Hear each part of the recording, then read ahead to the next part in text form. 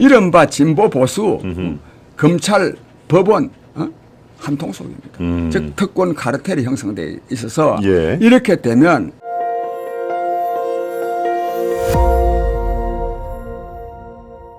지금 특권 폐지 운동, 여기에는 국회의원도 들어가고 고위공직자도 들어가죠. 이른바 대한민국을 움직이는 국회의원과 고위공직자들의 특권이 도대체 어떻길래 특권 폐지 운동 본부를 차리시고 여기에 제일 앞장에서 소리 높여 외치고 계신지 그 대목을 차근차근 훑어보도록 하겠습니다.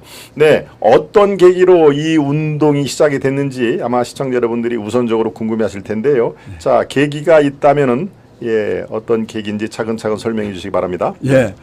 저는 평소 정말 이 공직자들은, 더욱이 고위 공직자들은 이 특권을 누려서는 안 된다고 생각합니다. 그야말로 멸사, 봉공의 정신, 즉 사적인 어떤 이익을 추구함이 없이 오직 공적인 이익, 나라와 국민을 위해서 일해야 된다고 보는데, 즉 그것이 멸사봉공인데 지금은요. 이 멸공봉사가 되어 있습니다. 멸공본사.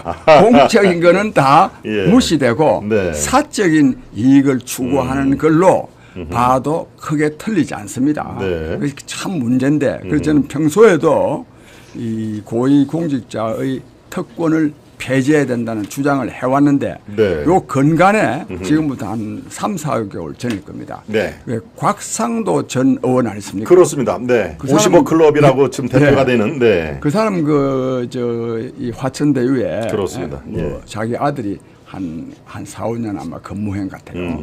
그 근무하는 걸로 퇴직금 명분으로 50억을 받았다는데 그것이 이른바 이제 50억 클럽 아닙니까? 그렇습니다. 근데 그거 뭐 처음에는 제대로 재판도 안 하다가 결국 재판을 했는데 무죄가 선고됐습니다. 1심에서. 그 있을 수가 없는 일이죠. 근데 이거는 사실 군사 독재 정권 시절에 만약 이런 일이 있었다 하더라도 즉각 그 사람은 구속이고 엄청난 형을 받습니다. 그렇죠. 근데 무죄가 됐습니다.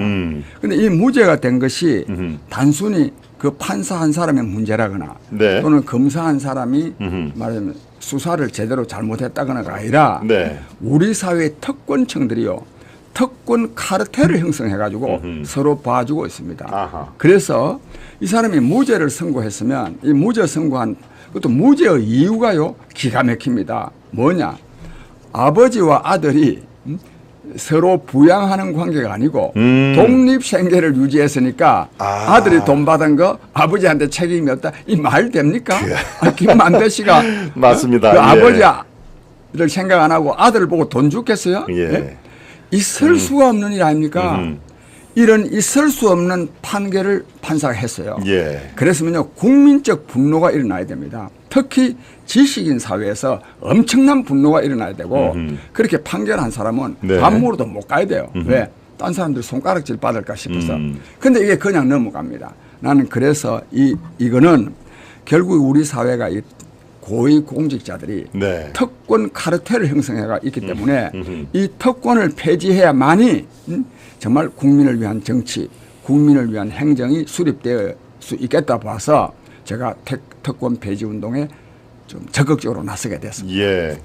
그렇군요. 지금 곽상도 전 의원의 사례를 우리 장 대표님께서 소개를 하면서 상황이 이 정도다.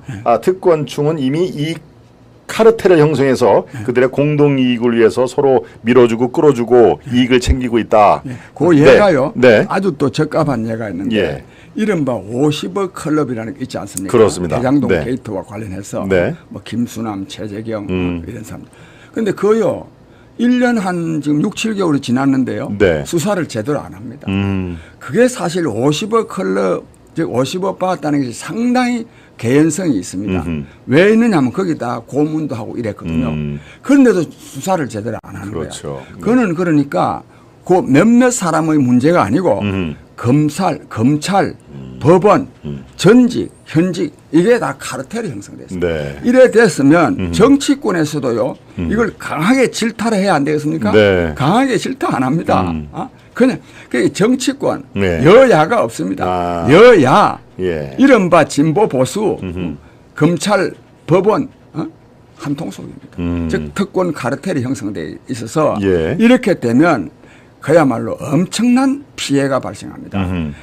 그 사람이 어떤 부정부패는 어떤 사람이 내가 뇌물을 1억을 받았다. 어떤 네. 사람한테. 네. 그럼 그 1억 받은 게 문제가 아니고 이 사람이 1억을 받는 대가로 그 사람이 한 행위 있지 않습니까? 그렇죠. 네. 그거는요. 사회적으로 엄청난 피해를 줄 수가 있거든요. 맞습니다. 네. 또 그런 경제적인 피해가만이 아니라 사회적 불신과 갈등도 조장할 수 있지 않습니까? 네, 네. 그래서 부정부패를 없애야 됩니다. 부정부패를 없애려고 그러면 특권층에 대한 그 책임 회피 네. 이거를 막아야 됩니다. 그래서 특권 폐지 운동에 주력하고 있고 네. 마침 또 많은 국민들이 호응하고 있습니다. 네, 그렇죠. 실제로 많은 국민들이 호응할 수밖에 없는데 지금 사회 이 구조 자체가 모순이다. 아, 이게 그들만의 리그가 확실하게 있구나라는 게 비단 곽상도 전 의원 사례뿐만이 아니라 지금 피부로 느끼는 것은 뭐 부지기수입니다. 부지기수. 뭐, 예, 태양광 카르텔로 서로 밀어주고 끌어주고 수십억을 벌었느니 하는 얘기도 우리가 들리는데요. 자, 이런 문제점을 우리가 잘 알고 있는데 왜 나 장기표가 이 일을 주도를 해야 되겠다라고 하는 그런 특정 계기 뭘 주위에서 당연히 우리 선배님이 앞장을 서셔야 많은 국민이 따라옵니다. 이런 얘기가 있을 법도 한데 그 당시의 상황 이게 언제부터 시작이 됐고 어떠한 일로 이게 출범이 됐는지 그 당시 상황이 상당히 아주 흥미로울 것 같은데 한번 청해 듣도록 하겠습니다. 네, 그거는 이제 곽상도 의원 예. 사건이 구체적인 상당히 계기가 됐고요. 네. 그걸 보면서 이제 50억 클럽에 대해서 수사하지 않는 거 있지 않습니까? 네. 이게 이제 현직 검찰이 전직 검찰관들, 그렇죠. 고위 관리들을 네. 다 봐주는 거죠. 이 구체적인 그 계기가 상당히 되었다는 걸 제가 말씀드립니다. 예, 그렇군요. 그때 그 50억 클럽이라든가 이런 것들이 직접적인 계기가 됐다는 말씀이시네요. 네.